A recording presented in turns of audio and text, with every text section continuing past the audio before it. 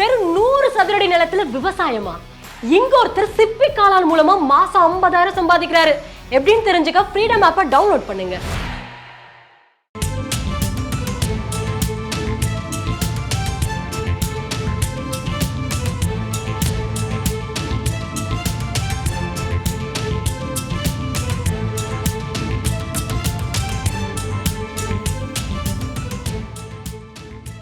கடலூர் அருகே கடலில் படகு கவிழ்ந்ததால் தத்தளிக்கும் 6 மீனவர்களை மீட்பதில் சிக்கல் தொடர்கின்றது. 2வது நாளாக கூடுதல் விவரங்களை செய்தியாளர் தேவநாதன் வழங்கிக்கலாம். தேவநாதன், வணக்கம்.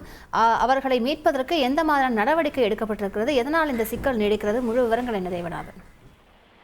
வங்கக்கடலில் குறைந்த காற்றழுத்த தாழ்வு நிலை உருவாகும் என்று அறிவிக்கப்பட்ட உடனேயே கடலூர் மாவட்ட மீனவர்கள் கடந்த 21ஆம் தேதி நள்ளிரவு முதல் கடலுக்கு செல்ல வேண்டாம் என மீன்வளத்துறையினர் எச்சரிக்கை விடுத்தனர். அதனைத் தொடர்ந்து கடலில் மீன்பிடித்துக் கொண்டிருந்த மீனவர்கள் உட்பட அனைவருமே அவசரமாக கரை திரும்பினர்.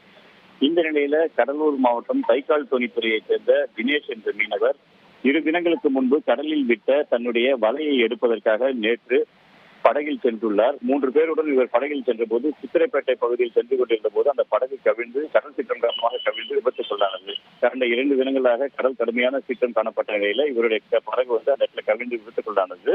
இதனை அறிந்த தமிழ்வாணன் என்பவருடைய படகுல 3 பேர் சென்று இவர்களை காப்பாற்றுறதுக்காக போறாங்க. இவங்க 3 பேரையும் காப்பாற்றி இவங்க 6 பேரும் மீண்டும் கரை திரும்புவதற்கான வாய்ப்பு இல்லாத காரணத்தினால அந்த கடலிலேயே இருக்கும் தனியார் தொழிற்சாலையுடைய சிறிய இறங்குதளம் ஜெட்டின்னு சொல்லுவாங்க, அதுல போய் தஞ்சமடைகிறாங்க.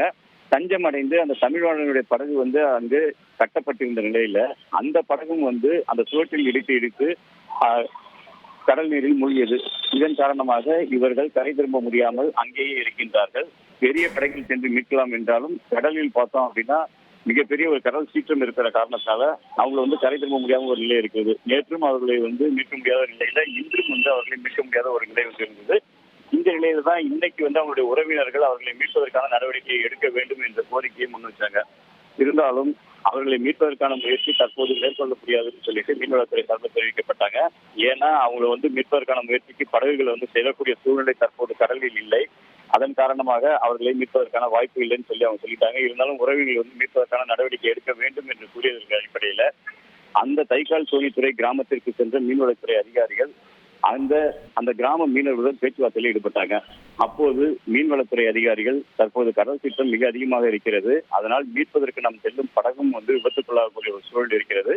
அவர்கள் அந்த இடத்தில் பாதுகாப்பாகவே உள்ளார்கள். அவர்களுக்கு தேவையான உணவு கையிருப்பும் அங்கு 10 தினங்களுக்கு உள்ளது.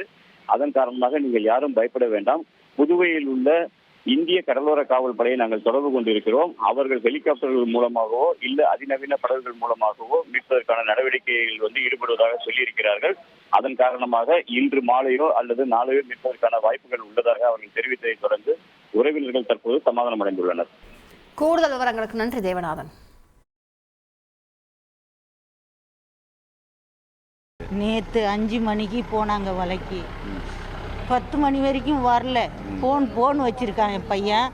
ஃபோன் பண்ணேன், எம்மா எனக்கு இந்த வழி வர முடியல எங்களால், நாங்கள் அந்த பக்கம் போய் பிழைச்சிக்கலான்னு சொல்லிட்டு போனோம். இதை தான் சொன்னோம். அப்புறம் நேற்று சாப்பாடு கொடுத்தாங்களாம், டீ போட்டு கொடுத்தாங்களாம். அங்கே இருக்கிறோம் ரூமில், துணிக்கு நீல குளிருமா, நைட்லாம் இங்கே தான் படுத்து கிடக்குறோம். என் தலைவர்கிட்டலாம் போய் சொல்லி எங்களை இட்டுட்டு வரதுக்கு ஐடியா பண்ணுங்க அம்மா, இதை தான் சொன்னாங்க. ஃபிஷரிஸ் தான் நமக்கு நம்பிக்கையே. இப்போ அவங்கள தவிர அதை யாரும் செய்ய முடியாது. ஏன்னா செஞ்சாங்கன்னா அவங்களுள்ள பிரச்சனைகள் வரும். எப்படின்னா ஃபிஷரிஸ் தானே இந்த பொறுப்புலாம் ஏற்றுருக்கு, வேறு யார் போய் செஞ்சாலும் அவங்க ஏற்றுக்க மாட்டாங்க. ஆனால் நேற்று போன்னு சொல்லிட்டாங்க, நாங்கள் அவங்கள சேஃபாக கொண்டு வந்து இறக்குறேன்னு சொல்லிடுறாங்க சாமி. அதுக்கு எந்த பிரச்சனையும் இல்லை. சொன்ன என்ன சொன்னாங்கன்னா நாங்கள் போய் ஏற்பாடு பண்ணி அனுப்புகிறேன் சொல்கிறாங்க. பாண்டிச்சேரியில் கோஸ்ட் தான், பாண்டிச்சேரியில் வர வைக்கிறேன்றாங்க. திருப்தியாக இருந்தது நீங்கள் பேசுகிறது? ஒன்றும் பிரச்சனை இல்லை. இப்போ போனால் இட்டுட்டு வந்துடலாம், நல்லாயிருக்கு. ஊருக்காரங்களாம் போய் கூட்டு வரதுக்கு முயற்சி பண்ணிட்டு இருக்கோம்.